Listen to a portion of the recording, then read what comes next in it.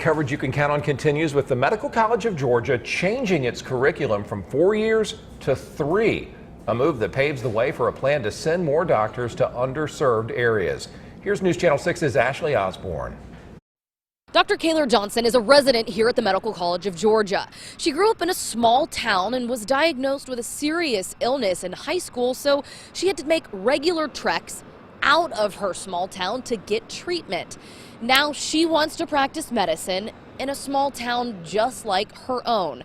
We hear through her eyes how a new proposed program in Georgia could help incentivize future doctors to follow in her footsteps. There's not a stoplight even. Dr. Johnson grew up outside LaGrange in Mountville. She can relate to her patients who have to travel long distances. Coming to the doctor for these patients is a full day's process. Dr. Johnson is passionate about practicing in an underserved area, but also understands the commitment is tough for her colleagues who don't share her upbringing. This is going to open the door for people to kind of open the possibility of this might be the answer for my career. She's referring to the 3+ option, which would provide free tuition or loan forgiveness in exchange for a period of practice in an underserved part of Georgia. A key step to make the 3+ option a reality happened last week. MCG received accreditation to change med school from 4 years to 3. What we've decided to do is to emulate some of the 3-year medical schools that have started that way by going from 4 to 3 years for the core curriculum.